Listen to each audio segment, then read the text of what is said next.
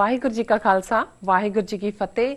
ਮੈਂ ਤੁਹਾਡੀ ਹੋਸਟ ਨੀਲਮ ਕੌਰ ਤੇ ਮੈਂ ਟੀਵੀ 84 ਦੇ ਸਾਰੇ ਦਰਸ਼ਕਾਂ ਦਾ ਨਿੱਘਾ ਸਵਾਗਤ ਕਰਦੀ ਹਾਂ। ਪ੍ਰੋਗਰਾਮ ਸੱਚੋ ਸੱਚ ਵਿੱਚ ਰੋਜ਼ਾਨਾ ਦੀ ਤਰ੍ਹਾਂ ਤੁਹਾਡੇ ਤੇ ਸਾਡੇ ਹਰਮਨ ਪਿਆਰੇ ਡਾਕਟਰ ਅਮਰਜੀਤ ਸਿੰਘ ਜੀ ਮੇਰੇ ਨਾਲ ਬੈਠੇ ਹੋਏ ਨੇ। ਆਓ ਉਹਨਾਂ ਨਾਲ ਮਿਲ ਕੇ ਪ੍ਰੋਗਰਾਮ ਸ਼ੁਰੂ ਕਰਦੇ ਹਾਂ। ਜੀ ਡਾਕਟਰ ਸਾਹਿਬ, welcome to our show. Thank you so much. ਜੀ ਡਾਕਟਰ ਸਾਹਿਬ, ਅੱਜ 4 ਦਸੰਬਰ 2014 19 ਮੱਘਰ ਨਾਨਕਸ਼ਾਹੀ ਸੰਮਤ 546 ਦਾ ਦਿਨ ਹੈ ਤੇ ਹੁਣ ਸਾਡੇ ਪ੍ਰੋਗਰਾਮ ਦੇ ਸ਼ੁਰੂ ਵਿੱਚ ਤੁਸੀਂ ਸਾਡੇ ਦਰਸ਼ਕਾਂ ਨੂੰ ਦੱਸੋ ਅੱਜ ਦਾ ਕੋਈ ਅਹਿਮ ਵਿਸ਼ਾ। ਅੱਜ ਦੇ ਲਈ ਅਸੀਂ ਦੋ ਜਿਹੜੀਆਂ ਮੀਡੀਆ ਰਿਪੋਰਟਸ ਅੱਜ ਸਾਹਮਣੇ ਆਈਆਂ ਉਹਨਾਂ ਨੂੰ ਆਧਾਰ ਬਣਾ ਕੇ ਗੱਲਬਾਤ ਕਰਾਂਗੇ ਜੀ। ਗੁਰਬਖਸ਼ ਸਿੰਘ ਜਿਹੜੇ ਕਿ ਵਰਤ ਤੇ ਬੈਠੇ ਨੇ, ਉਹਨਾਂ ਦੇ ਵਰਤ ਨੂੰ ਲਗਭਗ 20 ਦਿਨ ਗੁਜ਼ਰ ਗਏ। ਉਹਨਾਂ ਦਾ ਭਾਰ ਵੀ ਘਟ ਰਿਹਾ ਹੈ ਔਰ ਪੰਥਕ ਹਲਕਿਆਂ ਦੇ ਵਿਚਾਰ ਚੁਫੇਰੇ, ਉਹਨਾਂ ਦੀ ਸਿਹਤ ਨੂੰ ਲੈ ਕੇ ਚਿੰਤਾ ਵੀ ਹੈ। ਬਹੁਤ ਸਾਰੀਆਂ ਥਾਵਾਂ ਤੇ ਕੁਛ ਨਾ ਕੁਛ ਐਕਟੀਵਿਟੀਜ਼ ਵੀ ਸ਼ੁਰੂ ਹੋਈਆਂ ਨੇ ਜੀ। ਪਰ ਮੈਂ ਜਦੋਂ ਮੌਕਾ ਪ੍ਰਸਤੀ ਦੀ ਗੱਲ ਆਉਂਦੀ ਹੈ ਜਾਂ ਓਪਰਚੁਨਿਸਟਿਕ ਪੋਲਿਟਿਕਸ ਦੀ ਗੱਲ ਆਉਂਦੀ ਹੈ ਤਾਂ ਮੇਰਾ ਖਿਆਲ ਹੈ ਵੀ ਇਸ ਵੇਲੇ ਅਕਾਲੀ ਜਿਹੜੇ ਨੇ ਇਸ ਸਿਆਸਤ ਦੇ ਮਾਸਟਰ ਬਣ ਚੁੱਕੇ ਨੇ ਕਿ ਜਿਹੜਾ ਕੁਛ ਉਹਨਾਂ ਦੇ ਅਧਿਕਾਰ ਖੇਤਰ 'ਚ ਹੈ ਉਸ ਤਾਂ ਉਹਨਾਂ ਨੇ ਕੋਈ ਕਸਰ ਨਹੀਂ ਛੱਡੀ ਕਿ ਪੰਜਾਬ ਦੇ ਵਿੱਚ ਜਿਵੇਂ ਅਕਾਲੀ ਸਰਕਾਰ ਨੇ ਨੌਜਵਾਨਾਂ ਦੀ ਹਰਾਸਮੈਂਟ ਕੀਤੀ, ਸੁਮੇਧ ਸੈਣੀ ਹੋਏ, ਇਜ਼ਹਾਰ ਆਲਮ ਹੋਏ, ਹੋਰ ਸਾਰੇ ਕਾਤਲ ਪੁਲਸੀਏ ਜਿਹੜੇ ਨੇ ਉਹਨਾਂ ਨੂੰ ਪ੍ਰਮੋਸ਼ਨਸ ਦੇ ਕੇ ਉਹਨਾਂ ਹੀ ਪੋਸਟਾਂ ਦੇ ਉੱਤੇ ਵਾਪਸ ਲਾਇਆ ਗਿਆ, ਉਹਨਾਂ ਹੀ ਸਟੇਸ਼ਨਸ ਦੇ ਉੱਤੇ ਜਿੱਥੇ ਉਹਨਾਂ ਨੇ ਜਿਹੜਾ ਜ਼ਬਰ ਔਰ ਜ਼ੁਲਮ ਕੀਤਾ।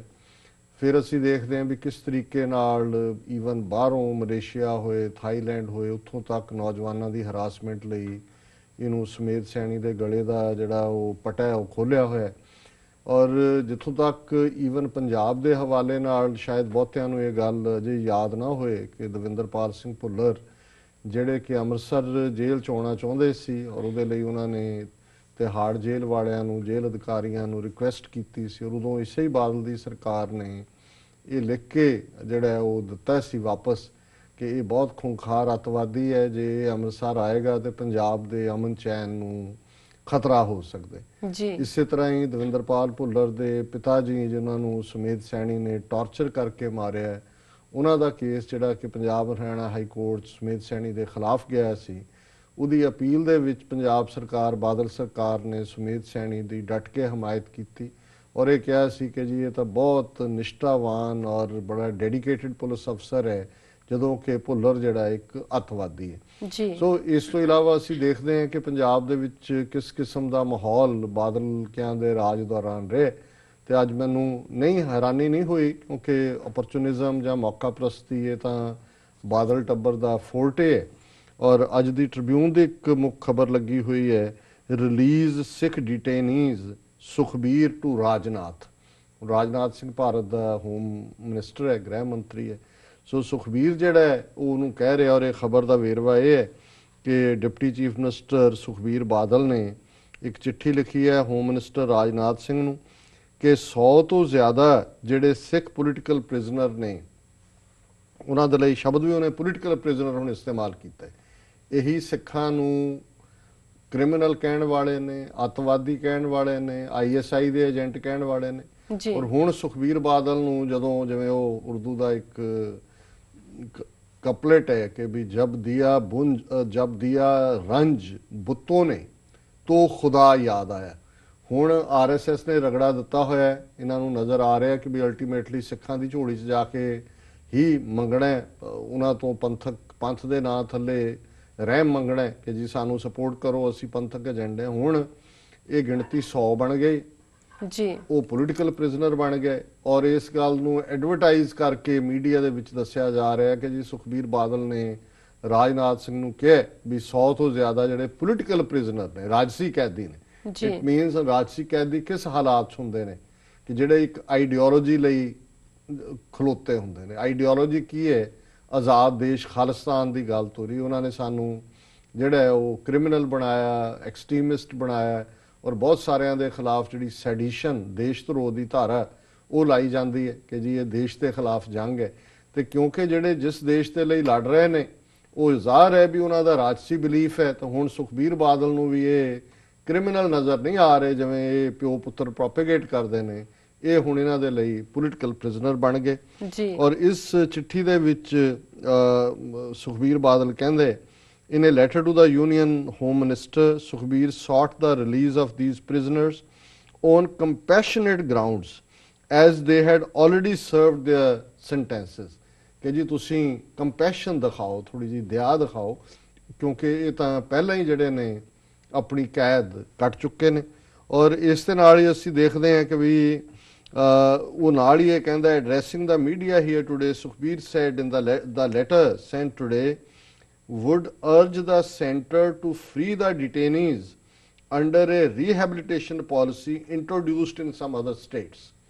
ਕਿ ਜਿਵੇਂ ਤੁਸੀਂ ਬਾਕੀ ਸੂਬਿਆਂ ਦੇ ਵਿੱਚ ਪੁਨਰਵਾਸ ਰੀਹੈਬਿਲਿਟੇਟ ਕਰਨ ਦੀ ਨੀਤੀ ਅਪਣਾਈ ਹੈ, ਹੁਣ ਇਹਦੇ 'ਚੋਂ ਇਹ ਕਹਿਣਾ ਚਾਹੁੰਦਾ ਵੀ ਨਾ ਸਿਰਫ ਉਹਨਾਂ ਨੂੰ ਰਿਲੀਜ਼ ਕੀਤਾ ਜਾਏ, ਉਹ ਪੋਲੀਟੀਕਲ ਪ੍ਰਿਜ਼ਨਰ ਨੇ, ਸਗੋਂ ਉਹਨਾਂ ਨੂੰ ਵਾਪਸ ਸੁਸਾਇਟੀ ਦੇ ਵਿੱਚ ਸੈਟਲ ਹੋਣ ਦੇ ਵਿੱਚ ਉਹਨਾਂ ਦੀ ਮਦਦ ਵੀ ਕੀਤੀ ਜਾਏ। ਇਹ ਹੁਣ ਰਾਤੋਂ ਰਾਤ ਇਹ ਬਾਦਲਾਂ ਦੇ ਅੰਦਰ ਦਇਆ ਆ ਗਈ ਹੈ, ਉਹ ਪੋਲੀਟੀਕਲ ਪ੍ਰਿਜ਼ਨਰ ਬਣ ਗਏ ਨੇ ਤੇ ਉਹਨਾਂ ਦੇ ਲਈ ਕੰਪੈਸ਼ਨ ਦੀ ਮੰਗ ਕੀਤੀ ਜਾ ਰਹੀ। ਕੋਈ ਵੀ ਇਹਦੇ ਤੇ ਇਤਰਾਜ਼ ਨਹੀਂ ਕਰੇਗਾ, ਪਰ ਗੱਲ ਇਹ ਹੈ ਵੀ ਸਟੇਟ ਦੇ ਹਵਾਲੇ ਜਿਹੜੇ ਲਾਅ ਐਂਡ ਆਰਡਰ ਹੈ, ਸਟੇਟ ਦਾ ਵਿਸ਼ਾ ਜੀ। ਔਰ ਇਹੀ ਕਾਰਨ ਸੀ ਕਿ ਈਵਨ ਜੂਨ 84 ਚ ਬੇਸ਼ੱਕ ਫੌਜ ਸੱਦਣ ਦਾ ਫੈਸਲਾ ਭੇਜਣ ਦਾ ਸਰਕਾਰ ਨੇ ਕੀਤਾ, ਗਵਰਨਰ ਨੇ, ਪਰ ਜਦੋਂ ਤੱਕ ਡਿਪਟੀ ਕਮਿਸ਼ਨਰ ਅੰਮ੍ਰਿਤਸਰ ਨੇ ਦਸਤਖਤ ਨਹੀਂ ਕੀਤੇ, ਫੌਜ ਟੇਕ ਓਵਰ ਨਹੀਂ ਕਰ ਸਕਦੀ, ਕਿਉਂਕਿ ਲਾਅ ਐਂਡ ਆਰਡਰ ਸਟੇਟ ਦਾ ਵਿਸ਼ਾ ਹੈ।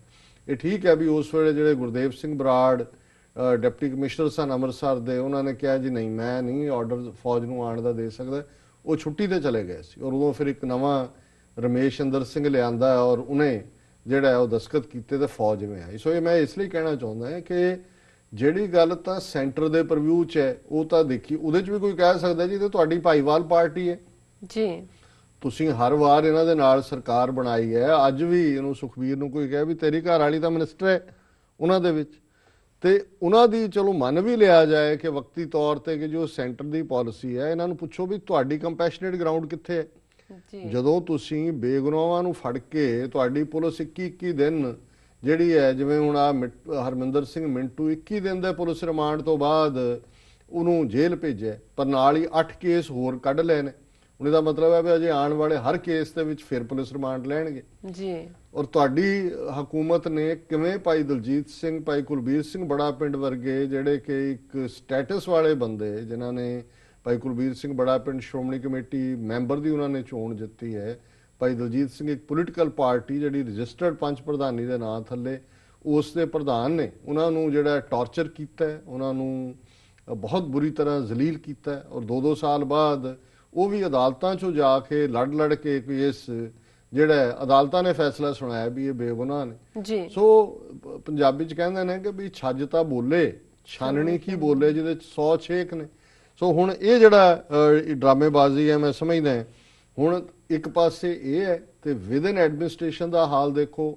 ਆਸ਼ੂਤੋਸ਼ ਦਾ ਇਹ ਟੱਬਰ ਸਾਰਾ ਝੇਲ ਹੈ, ਤਾਂਤਰਿਕ ਯੱਗ ਵੀ ਕਰਵਾਉਂਦੇ ਰਹੇ, ਮੌਲੀ ਦਾ ਲਾਲ ਧਾਗਾ ਵੀ ਬੰਨੇ ਰੱਖਿਆ, ਲੁਧਿਆਣੇ ਘਰ ਦੇ ਉੱਤੇ ਲਾਲ ਇੱਕ ਝੰਡਾ ਲਾ ਕੇ ਤਾਂਤਰਿਕ ਯੱਗ ਵੀ ਕਰਦਾ ਰਿਹਾ, ਚੰਦਰਾ ਸਵਾਮੀ ਵੀ ਆਇਆ ਤੇ ਆਸ਼ੂਤੋਸ਼ ਦੇ ਪੈਰਾਂ 'ਚ ਬੈਠੀ ਸੁਰਿੰਦਰ ਕੌਰ ਔਰ ਇਹ ਸਾਰਾ ਟੱਬਰ। ਪੰਜਾਬ 'ਚ ਬਹੁਤ ਸਾਰੇ ਡੇਰੇ ਇਹਨਾਂ ਨੇ ਖਿਲਾ ਕੇ ਦਿੱਤੇ ਨੇ ਜੀ। ਹੁਣ ਪੰਜਾਬ ਹਰਿਆਣਾ ਹਾਈ ਕੋਰਟ ਨੇ ਫੈਸਲਾ ਦਿੱਤਾ ਹੈ ਕਿ ਵੀ 15 ਦਿਨਾਂ ਦੇ ਵਿੱਚ ਉਹਨੂੰ ਫੂਕੋ, ਕਿ ਵੀ ਇਹ ਜਿਹੜਾ ਇਹਨੂੰ ਕੰਮ ਨਿਬੇੜੋ, ਭਾਵੇਂ ਉਹ ਐਕਸਟਰਾ ਜਾ ਕੇ ਜੀ ਸਤਕਾਰ ਨਾਲ ਫਲਾਣਾ। ਹੁਣ ਇਹਦੇ ਤੇ ਤੁਸੀਂ ਦੇਖੋ ਕਿ ਇਹੋ ਜਿਹੇ ਲੋਕ ਜਿਹੜੇ ਆਪਣਿਆਂ ਨੂੰ ਮਾਰਨ ਲਈ ਕਿਸ ਹੱਦ ਤੱਕ ਜਾਂਦੇ ਨੇ ਜੀ ਔਰ ਕਿਉਂ ਜਿਹਾ ਇਹਨਾਂ ਦਾ ਸਿਸਟਮ ਹੈ।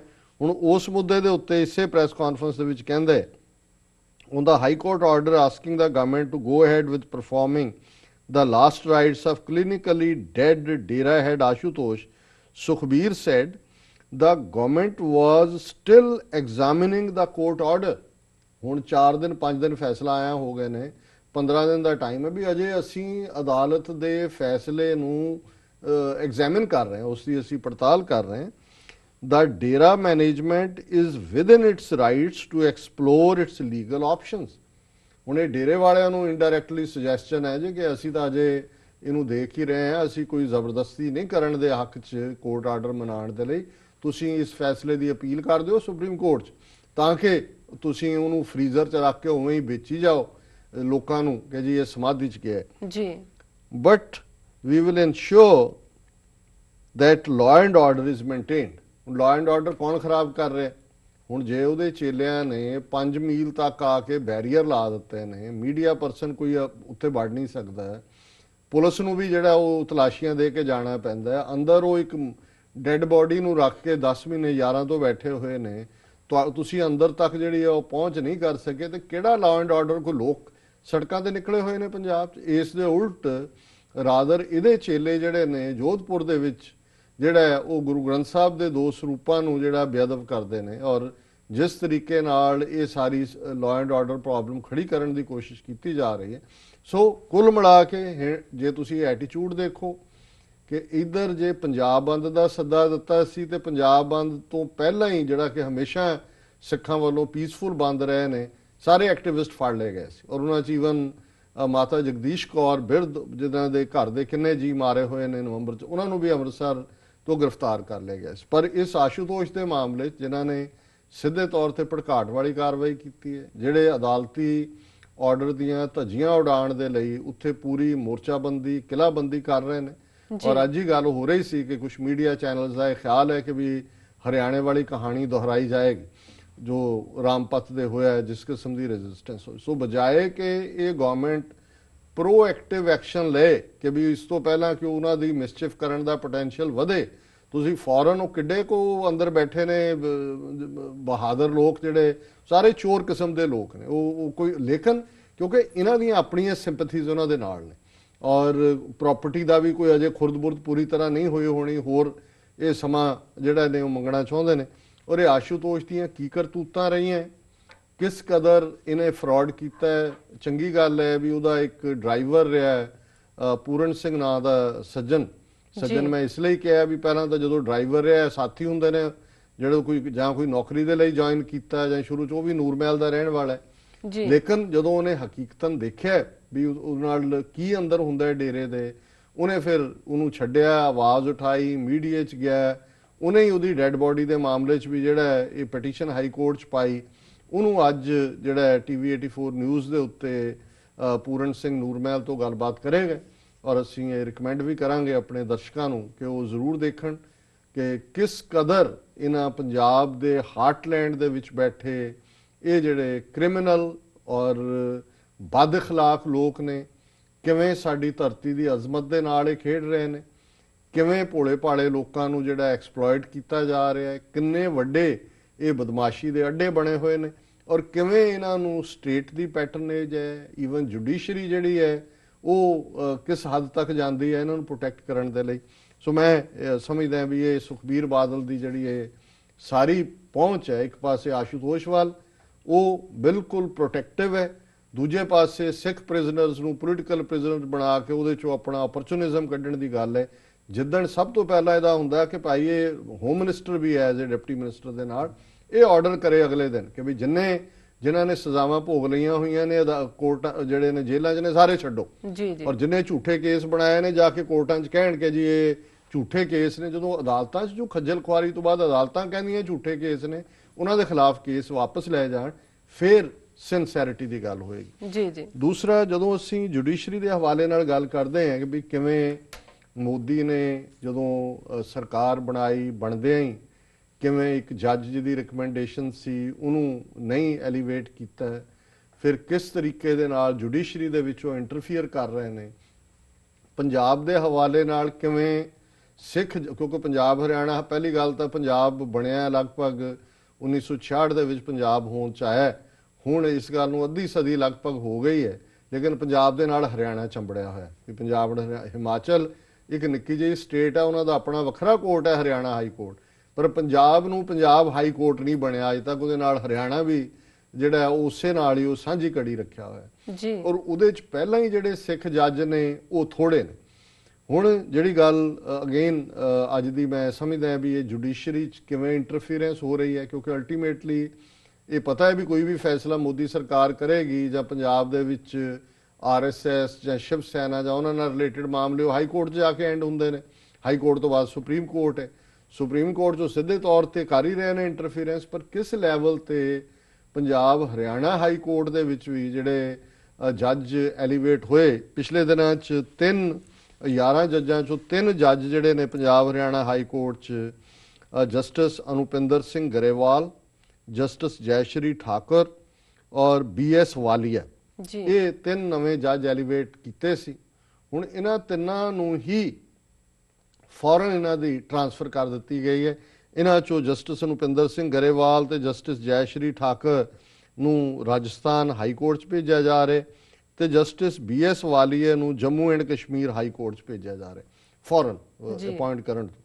ਹੁਣ ਇੱਕ ਪ੍ਰੋਸੀਜਰ ਲੇਆਊਟ ਉਹਨਾਂ ਨੇ ਕੀਤਾ ਹੋਇਆ ਹੈ ਕਿ ਵੀ ਜੇ ਕੋਈ ਜੱਜ ਬਣਦਾ ਹੈ, ਉਹਦਾ ਮੁੰਡਾ ਰਿਸ਼ਤੇਦਾਰ ਜੇ ਉਸੇ ਹਾਈ ਕੋਰਟ 'ਚ ਪ੍ਰੈਕਟਿਸ ਕਰਦਾ ਹੈ ਤੇ ਉਹ ਉਹਨੂੰ ਅਗੇਂਸਟ ਦਾ ਐਥਿਕਸ ਸਮਝਦੇ ਨੇ ਔਰ ਇਹ ਹੁੰਦਾ ਹੈ ਕਿ ਵੀ ਉਸ ਨੂੰ ਜਿਹੜਾ ਹੈ ਉੱਥੇ ਨਾ ਰੱਖਿਆ ਜਾਏ। ਲੇਕਿਨ ਇਹਨਾਂ ਦੇ ਮਾਮਲੇ 'ਚ ਕੋਈ ਇਹਨਾਂ ਦਾ ਰਿਸ਼ਤੇਦਾਰ ਕੋਈ ਦੂਜਾ ਪ੍ਰੈਕਟਿਸਿੰਗ ਨਹੀਂ ਹੈ। ਫਿਰ ਇਹ ਤਿੰਨਾਂ 'ਚੋਂ 2 ਸਿੱਖ ਨੇ। ਸੋ ਜ਼ਾਹਰ ਹੈ ਵੀ ਇਸ ਦੇ ਪਿੱਛੇ ਕੋਈ ਏਜੰਡਾ ਹੈ ਕਿ ਵੀ ਪੰਜਾਬ ਹਰਿਆਣਾ ਹਾਈ ਕੋਰਟ 'ਚ ਕਿਸ ਕਿਸਮ ਦੇ ਉਹ ਜੱਜ, ਔਰ ਇਹ ਗੱਲ ਮੈਂ ਨਹੀਂ ਕਹਿ ਰਿਹਾ ਕਿ ਵੀ ਇਹ ਇਨਐਪਰੋਪ੍ਰੀਏਟ ਹੋਇਆ। 7 ਜਿਹੜੇ ਸਾਬਕਾ ਜੱਜ ਸੁਪਰੀਮ ਕੋਰਟ ਦਾ ਵੀ ਉਹਨਾਂ ਦੇ ਵਿੱਚ ਜਸਟਿਸ ਹਾਈ ਕੋਰਟ ਦੇ ਨੇ, ਉਹਨਾਂ ਨੇ ਚਿੱਠੀ ਲਿਖੀ ਹੈ ਸੁਪਰੀਮ ਕੋਰਟ ਦੇ ਕੋਲੀਜੀਅਮ ਨੂੰ ਵੀ ਔਰ ਓਵਰਆਲ ਵੀ। ਔਰ ਮੈਂ ਜੇ ਇਹ ਦੱਸਾਂਗਾ ਕਿ ਵੀ ਇਹ ਜਿਹੜੇ 7 ਜੱਜ ਨੇ ਕਿਸ ਲੈਵਲ ਦੇ ਨੇ ਬੰਦੇ ਕੀ ਨੇ। ਉਹਨਾਂ ਦੇ ਵਿੱਚ ਜਸਟਿਸ ਕੁਲਦੀਪ ਸਿੰਘ ਜੀ, ਇਹ ਸੁਪਰੀਮ ਕੋਰਟ ਦੇ ਫਾਰਮਰ ਜੱਜ ਨੇ। ਜਸਟਿਸ HS ਬੇਦੀ, ਇਹ ਜਿਹੜੇ ਨੇ ਇਲਾਹਾਬਾਦ ਹਾਈ ਕੋਰਟ ਦੇ ਫਾਰਮਰ ਜਸਟਿਸ ਰਹੇ। ਫਿਰ former justice SS Sodhi, Sikkim high court ਦੇ former chief justice MS Gujral, ਇਹ ਸਾਰੇ ਸਿੱਖ ਜੱਜ ਨੇ। Former chief justice Andhra high court justice Manmohan Singh ਤੇ former chief justice of Delhi high court RN Agarwal, ਇੱਕ ਹਿੰਦੂ ਸੱਜਣ ਨੇ। And former acting chief justice of Punjab and Haryana high court justice Mehtab Singh Gill. ਹੁਣ ਇਹ ਚੀਫ ਜਸਟਿਸ ਨੇ ਔਰ ਸੀਨੀਅਰ 7 ਚੋਂ 6 ਜਿਹੜੇ ਨੇ ਉਹ ਸਿੱਖ ਨੇ। ਔਰ ਜੇ 6 ਸਿੱਖ ਜੱਜ ਕਿਸੇ ਇਸ਼ੂ ਨੂੰ ਲੈਂਦੇ ਨੇ ਤੇ ਇਸ ਦਾ ਮਤਲਬ ਹੈ ਕਿ ਜਿਹੜਾ ਫੈਸਲਾ ਲਿਆ ਗਿਆ ਉਹਦੇ ਚ ਕਮਿਊਨਲ ਐਲੀਮੈਂਟ ਹੈ ਔਰ ਇਹਨਾਂ 6 ਸਿੱਖ ਜੱਜਾਂ ਨੇ ਮਹਿਸੂਸ ਕੀਤਾ ਕਿ ਇਹ 2 ਸਿੱਖ ਜੱਜਾਂ ਦੇ ਨਾਲ ਧੱਕਾ ਹੋਇਆ। ਹੁਣ ਜਿਹੜਾ ਲੈਟਰ ਉਹਨਾਂ ਨੇ ਲਿਖਿਆ ਉਹਦੇ ਚ ਉਹਨਾਂ ਨੇ ਕਿਹਾ ਕਿ ਜੀ ਜਿਹੜੀ ਪਹਿਲਾਂ ਉਹਨੇ ਡੀਟੇਲ ਦਿੱਤੀ ਹੈ ਕਿ they were elevated along with 9 other ਜੱਜਸ in September. None of the transferred judges have kith and kin practicing in the High Court. The reason for their relocation has not been made apparent to the lawyers, leading to the demand for a more transparent transfer policy. ਉਹਨੂੰ ਕਿਹਾ ਜੀ ਹੁਣੇ appoint ਕੀਤਾ ਹੈ, 11 ਚੋਂ 2 ਸਿੱਖ ਜੱਜ ਨੇ। ਸਿੱਖ ਇਹਨਾਂ ਨੇ ਨਹੀਂ ਕਿਹਾ ਪਰ ਇਹਦੀ ਸੈਂਸ ਇਹੀ ਹੈ, ਇਸ ਲਈ 7 ਚੋਂ 6 ਸਿੱਖ ਜੱਜ ਨੇ ਜਿਹੜੇ ਲਿਖ ਰਹੇ ਨੇ ਵੀ ਉਹਨਾਂ ਨੂੰ ਬਿਨਾਂ ਕਿਸੇ ਰੀਜ਼ਨ ਤੋਂ ਕਿਉਂ ਟ੍ਰਾਂਸਫਰ ਕਰ ਦਿੱਤਾ ਗਿਆ। Then letter ਕੀ ਹੈ, the 2-page letter written by the former judges says, ਇਹ ਹੁਣ exact letter ਦੇ ਸ਼ਬਦ ਨੇ, we have come to know from press reports that out of the 12 newly appointed judges of the Punjab and Haryana High Court, 3 are proposed to be transferred, which is just within a few days of their taking oath. ਕਿ ਅਜੇ ਉਹਨਾਂ ਨੇ ਸਹੁੰ ਚੁੱਕੀ ਹੈ ਕੁਝ ਦਿਨਾਂ ਦੇ ਵਿੱਚ, ਉਹਨਾਂ 12 ਚੋਂ 3 ਜਿਹੜੇ ਨੇ ਉਹ ਟ੍ਰਾਂਸਫਰ ਕੀਤੇ ਜਾ ਰਹੇ ਨੇ। This news has left the legal fraternity wondering as to how and why these 3 judges have been picked up for the transfer. ਉਹਨਾਂ 12 ਚੋਂ ਇਹ 3 ਹੀ ਕਿਉਂ ਪਿਕ ਕੀਤੇ ਗਏ ਜਿਨ੍ਹਾਂ ਨੂੰ ਬਾਹਰ ਭੇਜਿਆ ਜਾ ਰਿਹਾ। ਫਿਰ ਇਹ ਲੈਟਰ 'ਚ ਹੀ ਹੈ, needless to say that the distinguishing feature of the judiciary from other organs of the state is that its actions must be transparent, fair and supported directly or indirectly by reasons. ਕਿ ਬਾਕੀ ਜਿਹੜੀਆਂ branches ਨੇ system ਦੀਆਂ ਉਹਦੇ ਨਾਲੋਂ ਅਦਾਲਤੀ system ਦੀ ਇਹੀ ਖੂਬਸੂਰਤੀ ਹੈ ਕਿ ਉਸ ਦੇ ਵਿੱਚ ਜਿਹੜੀ ਹੈ ਪਾਰਦਰਸ਼ਤਾ ਹੋਏ ਔਰ ਉਹ ਜਿਹੜਾ ਇੱਕ ਫੇਅਰ ਉਹਦੇ ਨਾਲ ਇੱਕ ਰੀਜ਼ਨਿੰਗ ਦੇ ਨਾਲ ਕੋਈ ਵੀ ਫੈਸਲਾ ਲਿਆ ਜਾਏ। We respectfully say that despite our full scrutiny and application of mind, we have not been able to take these transfers out of the pale of arbitrariness. ਕਿ ਵੀ ਅਸੀਂ ਬੜਾ ਦਿਮਾਗ ਲੜਾਇਆ, ਸਾਰੇ ਹੀ ਅਸੀਂ ਆਪਣੇ ਬਰੀਕੀ ਦੇ ਨਾਲ ਦੇਖਿਆ ਤੇ ਸਾਨੂੰ ਇਹ ਸਮਝ ਨਹੀਂ ਆਈ ਕਿ ਇਹਨਾਂ ਤਿੰਨਾਂ ਨੂੰ ਹੀ ਕਿਉਂ ਪਿਕ ਕੀਤਾ ਗਿਆ ਟ੍ਰਾਂਸਫਰ ਦੇ ਲਈ। ਇਹ ਸਾਡੀ ਸਮਝ ਤੋਂ ਬਾਹਰ ਹੈ। ਹੁਣ ਇਹ ਉਹ ਕਹਿ ਰਹੇ ਨੇ ਜਿਹੜੇ ਖੁਦ justice Kuldeep Singh supreme court ਦੇ ਬੈਂਚ ਤੇ ਰਹੇ, ਬਾਕੀ ਹਾਈ ਕੋਰਟ ਦੇ ਚੀਫ ਜਸਟਿਸ ਨੇ। ਜਦੋਂ ਕੋਈ ਪਬਲਿਕ ਹੁੰਦਾ ਇਹਦਾ ਮਤਲਬ ਹੈ ਵੀ ਉਹਨਾਂ ਨੇ ਦੇਖ ਲਿਆ ਕਿ ਸਿੱਖ ਜੁਡੀਸ਼ਰੀ ਦੇ ਲਈ ਜਿਹੜੇ ਸਿੱਖ ਬੈਠੇ ਨੇ ਕਿਹੜਾ ਸਮਾਂ ਆਉਣ ਵਾਲਾ ਹੈ ਔਰ ਉਹਦੀ ਪਹਿਲੀ ਇੰਡੀਕੇਸ਼ਨ ਉਹਨਾਂ ਨੇ ਦੇ ਦਿੱਤੀ ਕਿ ਵੀ ਇਧਰ ਜੱਜ ਐਲੀਵੇਟ ਕੀਤਾ, ਉਧਰ ਚੁੱਕ ਕੇ ਪੰਜਾਬ ਤੋਂ ਬਾਹਰ ਮਾਰਿਆ। ਫਿਰ ਇਹ ਕਹਿੰਦੇ ਨੇ these 3 judges have been picked up out of the 12 appointed altogether. None of the relations of these judges is in the profession in the High Court. ਵੀ ਇਹਨਾਂ ਤਿੰਨਾਂ ਨੂੰ ਹੀ ਕਿਉਂ ਪਿਕ ਕੀਤਾ ਗਿਆ 12 ਚੋਂ? ਇਹਨਾਂ ਦਾ ਕੋਈ ਰਿਸ਼ਤੇਦਾਰ ਕੋਰਟ ਦੇ ਵਿੱਚ ਪ੍ਰੈਕਟਿਸ ਨਹੀਂ ਕਰਦਾ। No one has observed their judicial acumen as yet because they have worked only for a few days। ਤੁਸੀਂ ਇਹ ਨਹੀਂ ਕਹਿ ਸਕਦੇ ਜੀ ਇਹਨਾਂ ਦੀ ਮਾੜੀ ਪਰਫਾਰਮੈਂਸ ਹੈ, ਕਿਉਂਕਿ ਉਹਨਾਂ ਨੇ ਤਾਂ ਅਜੇ ਕੰਮ ਹੀ ਨਹੀਂ ਕੀਤਾ। ਤੁਸੀਂ ਉਹਨਾਂ ਦਾ ਕੰਮ ਦੇਖਿਆ ਨਹੀਂ, ਤੁਸੀਂ ਉਹਨਾਂ ਨੂੰ ਤਾਂ ਟ੍ਰਾਂਸਫਰ ਕਰੋ ਜੇ ਤੁਹਾਨੂੰ ਲੱਗੇ ਕਿ ਜੀ ਉਹਨਾਂ ਦੇ ਕੋਈ ਕੰਮ ਦੇ ਵਿੱਚ ਖਰਾਬੀ ਹੈ। ਜੀ ਸੋ ਉਹਨਾਂ ਨੇ ਕਿਹਾ ਵੀ their integrity and honesty is apparently above board and there is no apparent reason to doubt it। ਕਿ ਉਹਨਾਂ ਦੀ ਜਿਹੜੀ ਇੰਟੈਗਰਿਟੀ ਹੈ, ਉਹਨਾਂ ਦੀ ਕਾਬਲੀਅਤ, ਉਹਨਾਂ ਦੀ ਇਮਾਨਦਾਰੀ, ਉਹ ਕਿਸੇ ਸ਼ੱਕ ਸ਼ੁਬੇ ਦੇ ਦਾਇਰੇ 'ਚ ਨਹੀਂ ਆਉਂਦੀ। ਇਸ ਲਈ ਇਹ ਸਭ ਤੋਂ ਜ਼ਿਆਦਾ ਖਤਰਨਾਕ ਗੱਲ ਹੈ ਕਿ ਤੁਸੀਂ ਉਹਨਾਂ ਨੂੰ ਟ੍ਰਾਂਸਫਰ ਕਰ ਰਹੇ ਹੋ। We therefore fail to understand as to why and on what basis they are being transferred। ਕਿ ਇਸ ਲਈ ਸਾਨੂੰ ਇਹ ਸਮਝ ਨਹੀਂ ਆ ਰਹੀ ਵੀ ਉਹਨਾਂ ਨੂੰ ਕਿਉਂ ਔਰ ਕਿਸ ਬਿਨਾਂ ਦੇ ਉੱਤੇ ਟ੍ਰਾਂਸਫਰ ਕੀਤਾ ਜਾ ਰਿਹਾ ਹੈ। ਇਹ ਸਾਡੀ ਸਮਝ ਤੋਂ ਬਾਹਰ ਹੈ। ਔਰ ਅਖੀਰ 'ਚ ਉਹਨਾਂ ਨੇ ਕਿਹਾ ਕਿ in this case we are unable to find any justifiable reason despite our best efforts।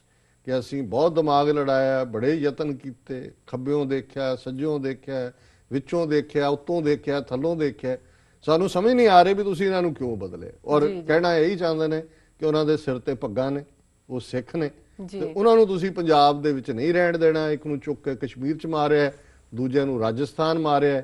ਇੱਥੇ ਤੁਸੀਂ ਆਪਣੀ ਜੁਡੀਸ਼ਰੀ, ਆਪਣੇ ਜੱਜ ਲਾਓਗੇ ਔਰ ਫਿਰ ਮਨਮਰਜ਼ੀ ਦੇ ਫੈਸਲੇ ਕਰਾਓਗੇ। ਇਹ ਅੱਛੇ ਦਿਨ ਆ ਗਏ। ਇਹ 6 ਮਹੀਨੇ ਦੇ ਵਿੱਚ ਇਹ ਜੁਡੀਸ਼ਰੀ ਦਾ, ਇਹ ਜਿਹੜੇ ਜੱਜ ਹੁੰਦੇ ਨੇ ਰਿਟਾਇਰ ਵੀ, ਇਹ ਸ਼ਾਮ ਨੂੰ ਪੈਗ ਪੁੱਗ ਲਾ ਕੇ ਗੋਲਫ ਖੇਡ ਕੇ ਸੌਣ ਵਾਲੇ ਹੁੰਦੇ ਨੇ। ਇਹ ਕਦੇ ਪਬਲਿਕਲੀ, ਵੈਸੇ ਵੀ ਜੁਡੀਸ਼ਰੀ ਮੀਡੀਆ ਆਈ ਤੋਂ ਦੂਰ ਰਹਿੰਦੀ ਹੈ, ਪਰ ਜੇ 6 ਸਿੱਖ ਸੀਨੀਅਰ ਜੱਜ ਜਿਹੜੇ ਨੇ ਜਸਟਿਸ, ਉਹਨਾਂ ਨੇ ਸੋਚਿਆ ਕਿ ਵੀ ਉਹਨਾਂ ਨੂੰ ਚੈਲੰਜ ਕਰਨਾ ਪਏਗਾ, ਕਿਉਂਕਿ ਉਹਨਾਂ ਨੂੰ ਨਜ਼ਰ ਆ ਰਿਹਾ ਕਿ ਹੁਣ ਜੁਡੀਸ਼ਰੀ ਦੇ ਵਿੱਚ ਸਿੱਖਾਂ ਦਾ ਕੀ ਫਿਊਚਰ ਹੋਏਗਾ। ਔਰ ਉਹਨਾਂ ਨੇ ਇਹ ਸ਼ੋਅ ਕਰ ਦਿੱਤਾ ਆਪਣੀ ਲਿਖਤ ਦੇ ਨਾਲ ਕਿ ਸਿੱਖਾਂ ਨੂੰ ਸਿੰਗਲ ਆਊਟ ਕੀਤਾ ਗਿਆ ਵਿਦਆਊਟ ਐਨੀ ਰੀਜ਼ਨ। ਨਾ ਉਹਨਾਂ ਦਾ ਕੋਈ ਪਰਿਵਾਰ ਦਾ ਬੰਦਾ ਪ੍ਰੈਕਟਿਸ ਕਰਦਾ, ਨਾ ਉਹਨਾਂ ਦੀ ਅਜੇ ਐਬਿਲਿਟੀ ਪਰਖੀ ਗਈ ਹੈ ਕਿ ਉਹਨਾਂ ਨੂੰ ਚੁੱਕ ਕੇ ਪੰਜਾਬ ਤੋਂ ਬਾਹਰ ਮਾਰਿਆ। ਸੋ ਅਸੀਂ ਥੈਂਕਫੁਲ ਵੀ ਹਾਂ ਇਹਨਾਂ ਦੇ ਕਿ ਐਟਲੀਸਟ ਉਹਨਾਂ ਨੇ ਇਸ ਚਿੱਠੀ ਦੇ ਨਾਲ ਜਿਹੜਾ ਹੁਣ ਜੁਡੀਸ਼ਰੀ ਦੇ ਵਿੱਚ ਡਿਸਕ੍ਰਿਮੀਨੇਸ਼ਨ ਦਾ ਦੌਰ ਚੱਲ ਤਾਂ ਪਹਿਲਾਂ ਤੋਂ ਹੀ ਰਿਹਾ ਸੀ, ਲੇਕਿਨ ਹੁਣ ਖੁੱਲ੍ਹੇਆਮ ਸਾਹਮਣੇ ਆਇਆ, ਉਹਨੂੰ ਘੱਟੋ ਘੱਟ ਚੈਲੰਜ ਕਰਨ ਦੀ ਇਹਨਾਂ ਨੇ ਹਿੰਮਤ ਤਾਂ ਦਿਖਾਈ ਹੈ। ਸੋ ਅਸੀਂ ਇਸ ਦੇ ਲਈ ਇਹਨਾਂ ਨੂੰ ਮੁਬਾਰਕਬਾਦ ਦਿੰਦੇ ਹਾਂ। ਜੀ ਡਾਕਟਰ ਸਾਹਿਬ ਨਾਲ ਲੈਣੇ ਬ੍ਰੇਕ। ਵਿਊਅਰਸ ਤੁਸੀਂ ਕਿਤੇ ਨਹੀਂ ਜਾਣਾ, ਮਿਲਦੇ ਹਾਂ ਛੋਟੇ ਵਕਫੇ ਤੋਂ ਬਾਅਦ।